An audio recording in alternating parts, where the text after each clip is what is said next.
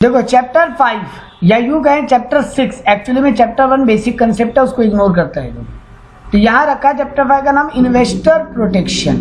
तो ये जो भी मनी मार्केट, शेयर मार्केट में पैसा लगाते हैं, इन इन्वेस्टर को प्रोटेक्शन कैसे दिया जाए उसके ऊपर ये चैप्टर बात करता है। कंसेप्ट ऑफ इन्वेस्टर प्रोटेक्शन इसमें पढ़ेंगे। ग्रेवियंसेस क्या है एक इन्वेस्टर को, और शेयर मार्केट उन ग्रेवियंसेस को दूर करने के लिए रिड्रेसल मैकेनिज्म क्या रखा है, और इसमें सेबी का क्या रोल है। तो ये कुछ एक टॉपिक है इसमें। इन्वेस्टर प्रोटेक्शन का मतलब क्या है, क्या क्या ग्रेवियंसेस होते हैं इन्वेस्टर को नया इश्यूज में या फिर सेकेंडरी मार्केट में। ग्रेवियंसेस, रिड्रेसल का मैकेनिज्म क्या है, रिड्रेसल मतलब सॉल्यूशन, और रोल ऑफ सेबी क्या है। इसमें जुडिशरी का रोल, सेबी का रोल और मीडिया का रोल का बात करते हैं। तो सबसे पहले टॉपिक उठाया what do mean by investor protection. ये ईयर पेपर में आया हुआ क्वेश्चन। तो यहाँ पर ये सब फालतू का ज्ञान है, बिगिनिंग में ये सब आपको नहीं याद करना। आप याद करोगे ये रहा, every recognised stock exchange has its own by law, rules and regulation to protect investor. In addition to this, Government Regulatory Authority SEBI has initiated several steps toward strengthening the position of small investor. तो देखो हर stock exchange का यानी NSE BSE का अपना खुद का bylaws है, rules regulation है कि इन्वेस्टर को कैसे प्रोटेक्शन दिया जाए। प्लस सेबी भी बहुत सारा स्टेप उठाए स्मॉल इन्वेस्टर का प्रोटेक्शन के लिए। ये लोग एक SEBI has establish a full fledge investor service cell, एक डिपार्टमेंट बनाया है। सेल यानी एक department full fledge investor service के लिए। वो लोग इन्वेस्टर्स का ग्रेवियंसेस सुनता है और उनको सॉल्व करने में मदद करता है। The cell has played a vital role enhancing maintaining investors faith and confidence by resolving their grievances. Listed company के अगेंस्ट में या अदर कोई मेंबर के अगेंस्ट में या स्टॉक एक्सचेंज के अगेंस्ट में अगर किसी इन्वेस्टर का कोई ग्रेवियंसेस है तो ये सेल उसको सॉल्व करता है, इन्वेस्टर को कॉन्फिडेंस देता है। एक नया स्कीम भी लॉन्च किया, ये बहुत इंपॉर्टेंट है, very very important.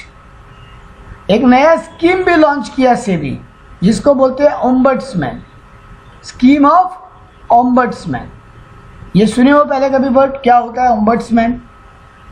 No sir. Ombudsman मतलब एक आदमी, एक ऑफिसर रखा गवर्नमेंट, जो कि इन्वेस्टर के बिहाफ में कंपनी से या स्टॉक एक्सचेंज से बात करेगा। तो ओम्बड्समैन एक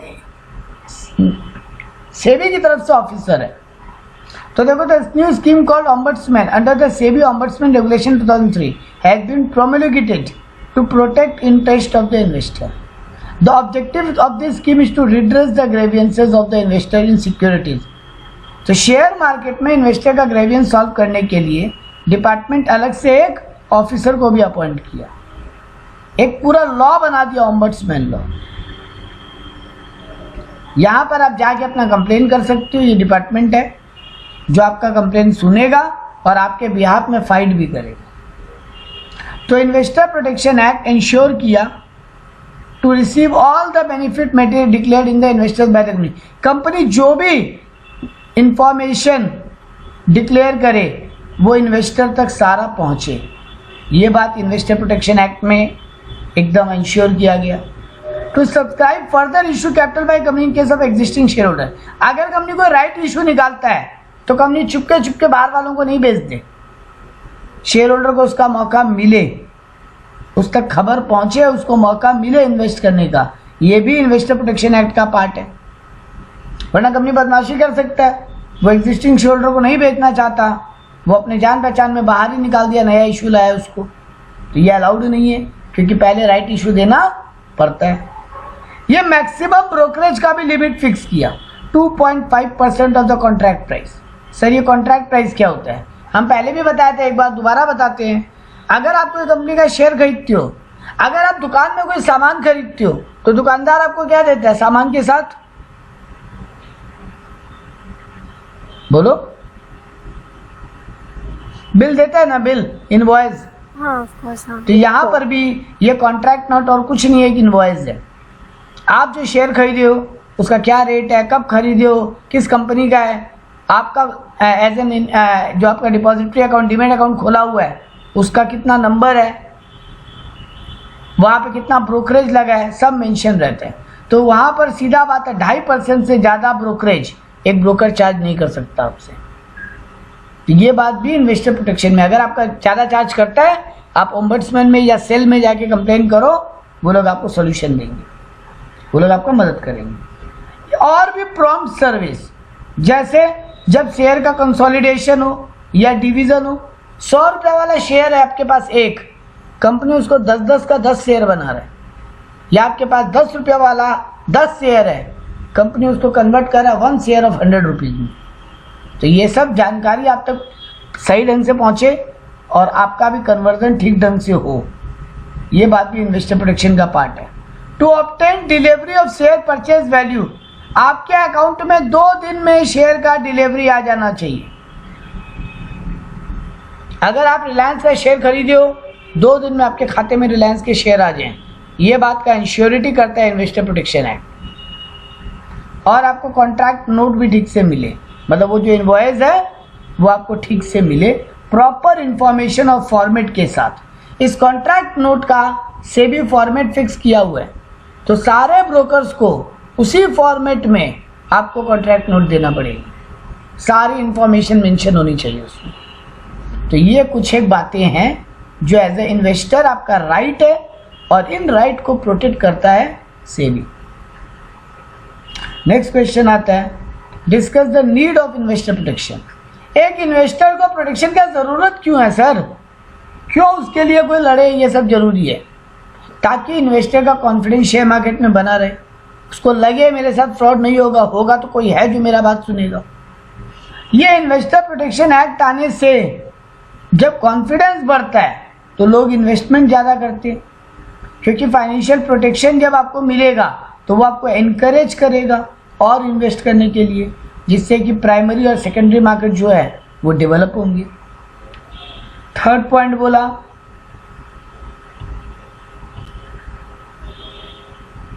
क्रिएशन ऑफ इंडस्ट्रियल एटमॉस्फेयर. लोगों को लगना चाहिए ना कंपनी एक प्रॉपर स्ट्रक्चर में काम कर रहा है. इन्वेस्टर अगर प्रोटेक्टेड नहीं रहेगा तो कंपनी अपना मनमाना ढंग से काम करेगा, तो एक अच्छा एटमॉस्फेयर नहीं रहेगा कंपनीज के लिए, तो उससे ग्रोथ भी नहीं आएगा. Creation of sense of accountability. जब इतना कुछ रूल रेगुलेशन बना रहेगा तो कंपनी को भी लगेगा, ब्रोकर को भी लगेगा कि मेरा जिम्मेदारी बनता है ये ठीक से करके दे, वरना मेरे ऊपर केसेस आ सकते हैं. तो वो अकाउंटेबल रहेगा, जवाब देने लायक रहेगा.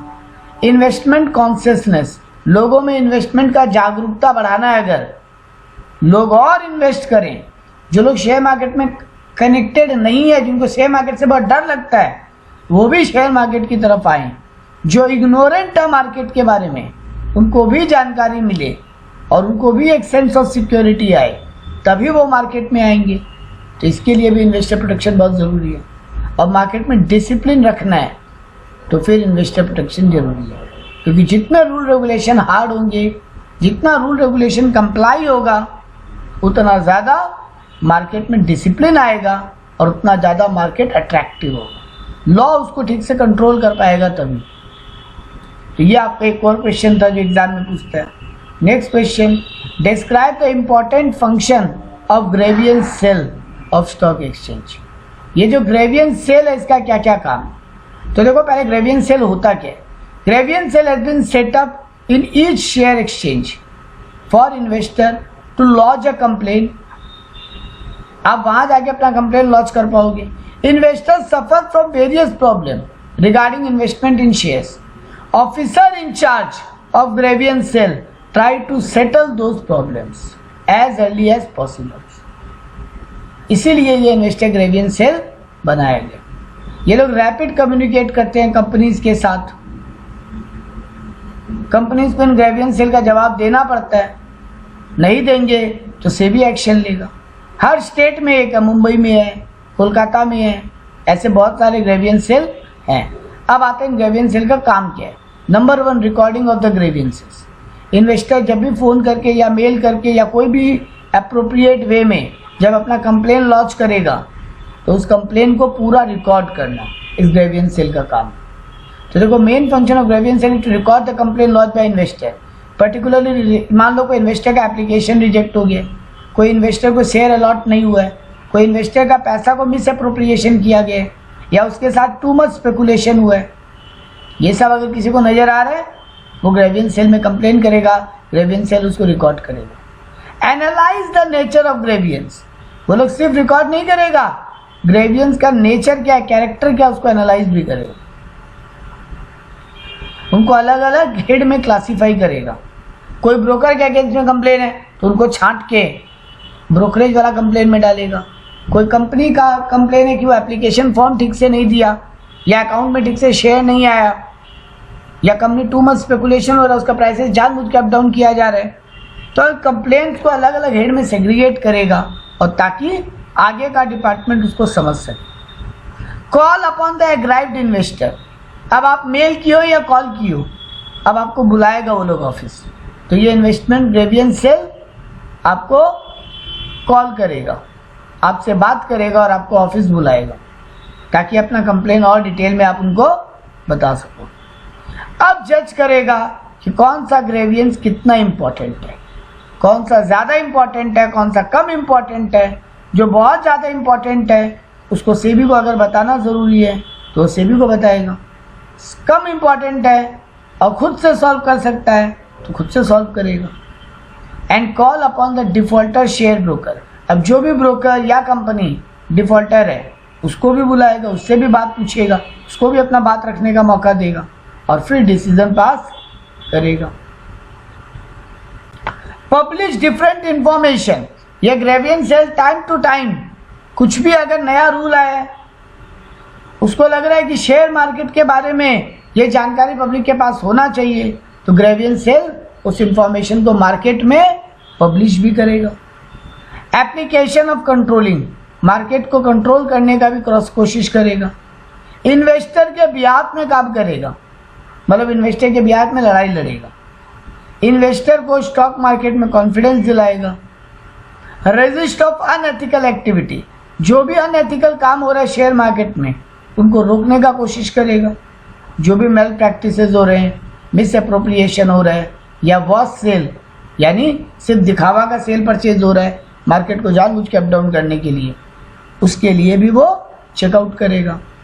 Try to reform the share market, share market को और नया नया चीज़ लाएगा, उसमें डेली ट्रांजैक्शन में कैसे अपग्रेड करें चीज़ों को वो करेगा, और fair picture of the stock market को बिल्डअप करेगा। शेयर मार्केट का सही पिक्चर सेबी को या गवर्नमेंट को दिखाने का कोशिश करेगा। तो ये था ग्रेवियंस सेल के ऊपर क्वेश्चन, एग्जाम में आता है बहुत बार। Role of SEBI in investor protection, ये आप जानते हो, पिछला चैप्टर में भी लास्ट नोट्स में ये था। सेबी का क्या रोल है, सेबी शेयर मार्केट की एक्टिविटीज को सुपरवाइज करेगा। नया जब भी कोई कंपनी इशू लाएगा आईपीओ, सेबी उसको कंट्रोल करेगा, सेबी उसके लिए अथॉरिटी बनाएगा। नया शेयर जब लॉन्च हो रहा है तो कंपनी सारा परमिशन लिया है कि नहीं वो चेक करेगा। बिना परमिशन के सेबी के कोई कंपनी अगर शेयर लॉन्च कर दिया तो इलीगल माना जाएगा। कंपनी का आर्टिकल मेमोरेंडम ठीक से है कि नहीं, कंपनी का जनरल मीटिंग ठीक से हुआ है कि नहीं, बोनस शेयर ठीक से डिस्ट्रीब्यूट हुआ है कि नहीं, तो ये सब चीज़ें वो चेक करेगा। Role of SEBI on the activity of share broker, share broker को रजिस्ट्रेशन देना, शेयर ब्रोकर का टाइम टू टाइम ऑडिट कराना, शेयर ब्रोकर अगर कोई इलीगल एक्टिविटी कर रहा है उसको चेक करना, शेयर ब्रोकर ज़्यादा ब्रोकरेज चार्ज कर लिए, टाइमली आपके अकाउंट में शेयर ट्रांसफ़र नहीं करवाए है, ये सब काम चेक करना। यानी सेबी शेयर ब्रोकर के फंक्शंस को स्ट्रिक्टली चेक करना। इन्वेस्टर के लिए सेबी का क्या रोल है, मार्केट में उसके साथ चीटिंग नहीं हो। तो क्या लिखा है, about 11,000 grievances of investor against a dozen of companies are lying with Bombay stock exchange. आज की डेट में बॉम्बे स्टॉक एक्सचेंज के पास 11,000 से ज़्यादा ग्रेवियंसेस डजन ऑफ कंपनी के अगेंस्ट में पड़ा है, तो वो उनको सॉल्व करता है, उनको ट्राई करता है रिड्यूस करने का। Role of SEBI relating to prevention of illegal speculative transaction. अगर शेयर मार्केट में कोई इलीगल ट्रांजेक्शन हो रहा है, स्पेकुलेटिव मतलब जानबूझ के प्राइस को ऊपर नीचे करने का, तो उन पे नज़र रखेगा। कोई गैम्बलिंग हो रहा है, उस पर नज़र रखेगा। सेबी का रूल स्ट्रिक्टली फॉलो हो रहा है कि नहीं वो चेक करेगा। फिक्टिशियस कोई भी अगर काम हो रहा है उसको रोकने का कोशिश करेगा। SEBI's role over the credit rating agency. SEBI बहुत सारा एजेंसी अपॉइंट करेगा जिनका काम होगा कंपनी को रैंकिंग देने का, कौन सा कंपनी मोर रिस्की, कौन सा कंपनी लेस रिस्की, ये एजेंसीज रेटिंग देती है। इनको अपॉइंट करना, इनका डिटेल बनाना, इनको कंपलसरी करना कि कंपनी को इनसे रजिस्ट्रेशन लेना ही पड़ेगा या सॉरी रेटिंग लेना ही पड़ेगा। ये सब चीज़ों को इंश्योर करना सेबी का काम है। और मर्चेंट बैंकिंग, जो बैंक्स है जो शेयर बिकवाने का काम करती है कंपनी के बिहाफ में, उनका अप्रूवल, उनका अपॉइंटमेंट, उनका क्या काम होगा, उनका क्या रिस्पॉन्सिबिलिटीज होगा, ये सब चीज सेबी बताएगा। ये था सेबी का रोल। आई थिंक आखिरी 2 क्वेश्चन की तरफ बढ़ रहे हैं हम लोग। Discuss the role of judiciary. Judiciary मतलब कोर्ट, जज, इनका बात हो रहा है। इनका क्या रोल है शेयर मार्केट में? शेयर होल्डर का इंटरेस्ट को प्रोटेक्ट करने का, यानी इन्वेस्टर्स के इंटरेस्ट को प्रोटेक्ट करने का। चेंज ऑफ मैनेजमेंट सिस्टम, ये जो जुडिशरी है ये देखेगा कि कंपनी का management time to time change हो रहा है कि नहीं, ठीक से काम कर रहा है कि नहीं। Direction of purchase of share, ये जुडिशरी डायरेक्शन देगा कि कौन सा शेयर किस तरीके से खरीदा जाए और किस तरीके से बेचा जाए।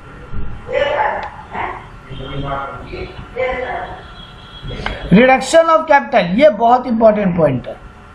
कोई कंपनी अगर अपना कैपिटल कम कर रहा है उसको डायरेक्टली अलाउड नहीं है, तो उसके लिए जुडिशरी से परमिशन लेना पड़ेगा। वही लोग कम कर सकते हैं और कोई नहीं। कैंसलेशन ऑफ एग्रीमेंट, अगर कोई कंपनी, कोई एमडी या डायरेक्टर कोई एग्रीमेंट कैंसिल कर रहा है तो जुडिशरी से परमिशन लेना पड़ेगा। और जुडिशरी को ये पावर होगा कि कोई अगर गलत कॉन्ट्रैक्ट बना है तो उसको कैंसिल करने का, कंपनी को फेयर डायरेक्शन देना। हाँ बोलो सर, वो जो कंपनी में लॉस होगा तो वो कैपिटल कम करने से क्या होगा फिर? नहीं, यहाँ लॉस कम करने का बात नहीं कर रहा है। कैपिटल रिडक्शन का मतलब होता है कंपनी, आपके पास 1 लाख शेयर था, अब कंपनी मान रहा है कि आपका पेडअप कैपिटल 10 रुपए की जगह हम 8 रुपया कर रहे हैं, तो आपका अगर 1 लाख रुपया लगा हुआ था कंपनी में, अब उसका वैल्यू तो 80,000 हो जाएगा ना। नहीं समझे? सुनो दोबारा, आपके पास रिलायंस लिमिटेड का 1000 शेयर था और एक शेयर का दाम था, मान लो कंपनी का एक शेयर का फेस वैल्यू 100 रुपया था, तो आपके पास कितना रुपया का शेयर हुआ? 1 लाख रुपया का।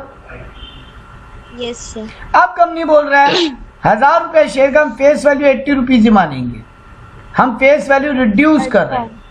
अब आपका कितना वैल्यू हो जाएगा? 80,000। ये करना कंपनी को अलाउड नहीं है। अच्छा, तो इसके लिए अगर करना ही पड़ जाए कोई कारण से तो आपको जुडिशरी का परमिशन लेना पड़ेगा। जुडिशरी मतलब कोर्ट या जज। अच्छा ये हुआ कैपिटल सर, रिडक्शन। तो अलाउ कर दिया तो कर दिया तो फिर अलाउड हो जाएगा। सर तब भी तो लॉस होगा। बोलो। हाँ, नहीं सर, मतलब वही बोल रहे थे कि जब कंपनी का लॉस होगा तो ये कैपिटल रिड्यूस करके फिर उसको क्या फायदा होगा? देखो होता क्या, कैपिटल रिडक्शन एक चैप्टर पढ़ोगे आप सेमेस्टर 5 में, यस सर। वहां पर आपको हम पढ़ाएंगे। वहां का एक जस्ट एक आइडिया दे रहे हैं आपको। कंपनी को क्रेडिटर को देना था 80,000 रुपया मान लो। आप सुनना है मेरा बात, आप जो पूछे हो वो पूरा एक प्रैक्टिकल चैप्टर है बेटा, पर आपको हम जिस्ट में समझाते हैं कि क्या करता है कंपनी। मान लो एक कंपनी का क्रेडिटर है 80,000 रुपए का, इक्विटी शेयर कैपिटल है 1 लाख शेयर या 10,000 शेयर 10 रुपया वाला, या 1 लाख शेयर, चलो 1 लाख शेयर 10 रुपया वाला, और कंपनी का एक डेटर भी है 50,000 का, और कंपनी का एक मशीन भी है 1 लाख रुपया। आज के दिन क्या हुआ बेटा, कंपनी बहुत लॉसेस खा के बैठे है। अब अगर कंपनी को रिवाइव करना है तो अपना लायबिलिटीज को कम करना पड़ेगा और जहां हो सके एसेट से पैसा रिकवरी करके लायबिलिटीज को चुकाना पड़ेगा। Yes sir. कंपनी गया अपने डेटर के पास, बोला देख भाई तेरे से 50,000 रुपया पाते हैं, अगर आज तुरंत पैसा देता है तो हम 45,000 में मान जाएंगे, 5,000 तुमको माफ कर देंगे, पर अभी तुरंत पैसा दो। क्योंकि कंपनी को फंड अरेंज करना है ताकि वो लायबिलिटीज चुकाए और बिजनेस को रिवाइव कर ले। ठीक है, तो कंपनी डेटर से 45,000 रुपया उठा लिया। मशीन था 1 लाख का, मार्केट में जाके बात किया 80,000 में बेच रहे हैं, आज कोई लेने को तैयार है। तो एक पुराना मशीन पड़ा था, कंपनी बिजनेस बंद नहीं कर रहा है बेटा, तो सारा एसेट नहीं बेच देगा, बट एक पुराना मशीन पड़ा था, कंपनी बोला 80,000 में बिकता है, पैसा उठा लेते हैं। कंपनी गया अपने क्रेडिटर के पास, बोला तुम 80,000 पाता है, बोल 75,000 में डील करता है क्या, आज ही तेरे को 75,000 देते हैं। ठीक है, यस सर। क्रेडिटर भी मान जाएगा। लेकिन कंपनी उसको ये बोल रहा हूं तुमको पैसा नहीं देंगे 75,000 रुपया, एक काम कर मेरे कंपनी का शेयर ले ले। लेकिन अब कंपनी तो 1 लाख शेयर ऑलरेडी इश्यू करके बैठा है, कंपनी ये भी लायबिलिटी कम कर रहा है, उन लोगों को जाके रिक्वेस्ट कर रहा है कि देखो अगर कंपनी बंद होके डूब गया तो तुम्हारा पूरा का पूरा 10 लाख रुपया डूब जाएगा। शेयर होल्डर को बोल रहा है, शेयर होल्डर को, तुम लोग अगर इसको 8 रुपया का शेयर मान लेते हो फेस वैल्यू, तो तुम्हारा कंपनी शायद डूबने से बच जाए, क्योंकि मेरे बैलेंस शीट में लायबिलिटी कम हो जाएगा ना, 10 लाख की जगह 8 लाख हो जाएगा। Yes sir. तो यहाँ पे भी कंपनी 2 लाख का लायबिलिटी कम करवा लिया। तो इस तरीके से कंपनी अपना बैलेंस शीट को रिवाइव किया, और ये जो कैपिटल कम करवाया ये शेयर क्रेडिटर को इशू कर दिया, कैपिटल उतना का उतना ही खड़ा रह गया, लायबिलिटीज कम हो गया, कंपनी रिवाइव हो गया, आगे कंपनी दोबारा ग्रोथ करेगा, शेयर होल्डर शेयर मार्केट में फिर कमा ले। तो एक बात सोचो बेटा, कैपिटल कम करने से मेरा लायबिलिटी रिड्यूस होता है ना। Yes sir. तो बेटा कंपनी यही कर रहा है, कंपनी अपने को रिवाइव करने के लिए अपना लायबिलिटी रिड्यूस कर रही है। अच्छा, यस सर। अब क्लियर है? यस ये सर। आप प्रैक्टिकली पूरा करोगे सेमेस्टर 5 का रिडक्शन ऑफ कैपिटल चैप्टर में। तो अपने यहाँ पढ़ रहे हैं कोर्ट और क्या कर सकता है sir, court interim order pass कर सकता है कोई चीज के लिए, कोर्ट कंपनी का मेमोरेंडम और आर्टिकल को चेंज करवा सकता है, कोर्ट किसी को कंपनसेशन दिलवा सकता है, कोर्ट कोई डायरेक्टर को आप जबरदस्ती रिमूव कर दियो उसको रीअपॉइंट कर सकते हैं, कोर्ट कंपनी को कंपलसरी वाइंडिंग अप का ऑर्डर पास कर सकता है अगर वो अगेंस्ट पब्लिक इंटरेस्ट कर रहा है कंपनी कुछ काम, या उस कंपनी को बंद करना कंपनी के इन्वेस्टर्स के लिए फायदेमंद है या जनरल पब्लिक के इंटरेस्ट में है, तो इसको वाइंडिंग अप का ऑर्डर पास कर सकता है। और कोर्ट किसी लिक्विडेटर को अपॉइंट कर सकता है। जब कंपनी वाइंडिंग अप होता है, जब कंपनी बंद होता है तो लिक्विडेटर अपॉइंट होते हैं ना, तो कोर्ट उनको अपॉइंट कर सकता है। क्लियर है ये आंसर? Yes sir. मोटा मोटी आखिरी आंसर पे है, role of media in investor protection. Media मतलब यहाँ पे न्यूज़पेपर इनका बात हो रहा है, न्यूज़पेपर, इलेक्ट्रॉनिक मीडिया भी, न्यूज़ चैनल, ये लोग का क्या रोल है? ये लोग आपको शेयर इंडेक्स बताते हैं ना, शेयर मार्केट के बारे में पूरा जानकारी देते हैं ना हर रोज। Yes sir. तो इनका एक ये रोल है कि शेयर का इंडेक्स बताना, शेयर्स इंडिविजुअल शेयर का भी प्राइस बताते हैं आपको। देखो ऊपर क्या बोला था आपको, बॉम्बे स्टॉक एक्सचेंज आज के दिन कितना पॉइंट गिरा या निफ्टी कितना पॉइंट गिरा, ये भी शेयर मार्केट आपको न्यूज़पेपर बताता है, प्रिंट मीडिया बताता है, इलेक्ट्रॉनिक मीडिया बताता है। ये लोग आपको इंडिविजुअल शेयर का भी प्राइस बताते हैं। मार्केट के बारे में कोई भी नया जानकारी आए तुरंत फ्लैश करते हैं, आपको शेयर मार्केट का नॉलेज भी देते हैं। यहाँ पे एक्सपर्ट बैठते हैं ना बहुत सारे, जो मार्केट के बारे में आपको बहुत सारा ऐसा बात बताते हैं जो आपको नहीं पता था, तो आपको नॉलेज देते हैं। ग्रेवियंसेस अगर कुछ हुआ है, कोई इन्वेस्टर के साथ बहुत बड़ा प्रॉब्लम हुआ है, तो उसको न्यूज़ चैनल में हाईलाइट करते हैं ताकि औरों को भी पता चले कि ऐसा फ्रॉड भी हो सकता है।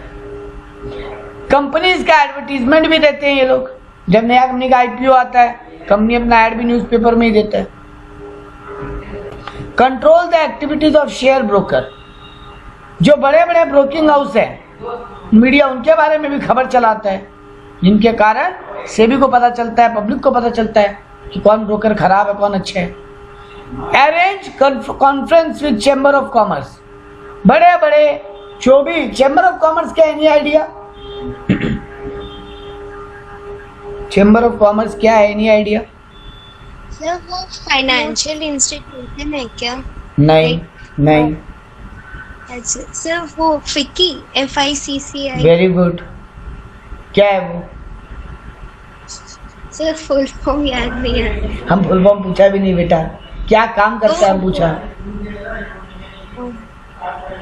चलो हम बताते हैं बेटा। फिक्की हो, एसोचैम हो, ये बहुत सारे ऐसे, जैसे लेबर लोग का यूनियन होता है ना बेटा, यस सर। तो बिजनेसमैन लोग का भी तो कोई यूनियन होना चाहिए ना, ताकि गवर्नमेंट से लोग, एक अकेला फैक्ट्री ओनर जाके गवर्नमेंट से लड़ पाएगा क्या? नो अपना बात मनवा पाएगा, फोर्स कर पाएगा क्या, प्रेशर क्रिएट कर पाएगा क्या? नहीं सर। लेकिन अगर आप लोग का एक यूनियन हो तो as a businessman, yes sir. तब गवर्नमेंट को आपका बात सुनना पड़ेगा। ऐसे बड़े 50 बिजनेसमैन आके बोलेंगे अगर गवर्नमेंट को मीटिंग में, तो गवर्नमेंट को भी सुनना पड़ेगा एक बार। तो एक प्रेशर क्रिएट होगा कि बिजनेस फ्रेटर्निटी हमारे, ये एसोचैम या चैम्बर ऑफ कॉमर्स या फिक्की, FICCI, ये सब कुछ नहीं है, ये बिजनेसमैन लोगों के एसोसिएशन है, यूनियन है, यूनियन। यानी Yes, आप इस एरिया में अगर 50 बड़े बिजनेसमैन हैं, वो लोग एसोसिएशन बना लिए, उसको आप चैम्बर ऑफ कॉमर्स बोल सकते हैं। तो इनका कॉन्फ्रेंस और मीटिंग अरेंज करवाना भी मीडिया का काम है। ये बड़े बड़े जो एक्सपर्ट आके बैठते हैं, यहीं से आके बैठते हैं। कंपनी का डिविडेंड रेट डिक्लेयर करना, उनका एनुअल रिपोर्ट डिक्लेयर करना, कौन सा कंपनी कितना प्रॉफिट डिक्लेयर किया है, सब न्यूज चैनल से पता चलता है। कंपनी का कोई मीटिंग होने वाला है, आपको अगर नोटिस कंपनी नहीं भेजा बदमाशी करके, आपको न्यूज चैनल से पता चल जाता है कि अभी रिलायंस का AGM होने वाला है, तो आप जा सकते हो, आप पूछ सकते हो। आपको अगर पता ही नहीं चला, आपको नोटिस ही नहीं आया, मीटिंग हो गया, तो आप बोल सकते थे कि मेरे साथ तो गलत हुआ है। आपको पता तो चलना चाहिए कभी मीटिंग हुआ है, तो ये आपको न्यूज़ चैनल बताएगा कि आज रिलायंस का AGM है, आज टाटा का AGM है, तो उसके थ्रू अगर आपको नोटिस नहीं आया तो आप केस फाइल कर सकते हो। कंपनी वाइंडिंग अप होता है तो उनका जानकारी देता है। और जब कंपनी रिकंस्ट्रक्शन, जो अभी आप ऊपर सुने मेरा पूरा बात, इंटरनल जो आपको हम बोला था कि सबसे थोड़ा थोड़ा पैसा माफ़ करवाएंगे, डेटर को थोड़ा पैसा माफ़ करके जल्दी पैसा रियलाइज़ करेंगे, यानी कंपनी को बंद होने से वापस रिवाइव करेंगे, इसी प्रोसेस को बोलते हैं रिकंस्ट्रक्शन। तो जब कोई कंपनी ऐसा रिकंस्ट्रक्शन में जाता है तो मीडिया उसका भी जानकारी देता है आपको। जब कोई कंपनी फॉरेन कोलैबोरेशन करता है, किसी दूसरे कंपनी को अमालगमेट या मर्ज करता है, तो ये सब जानकारी भी आपको शेयर मार्केट ही देता है। ये था, सॉरी, मीडिया देता है। तो ये था आपका ये चैप्टर।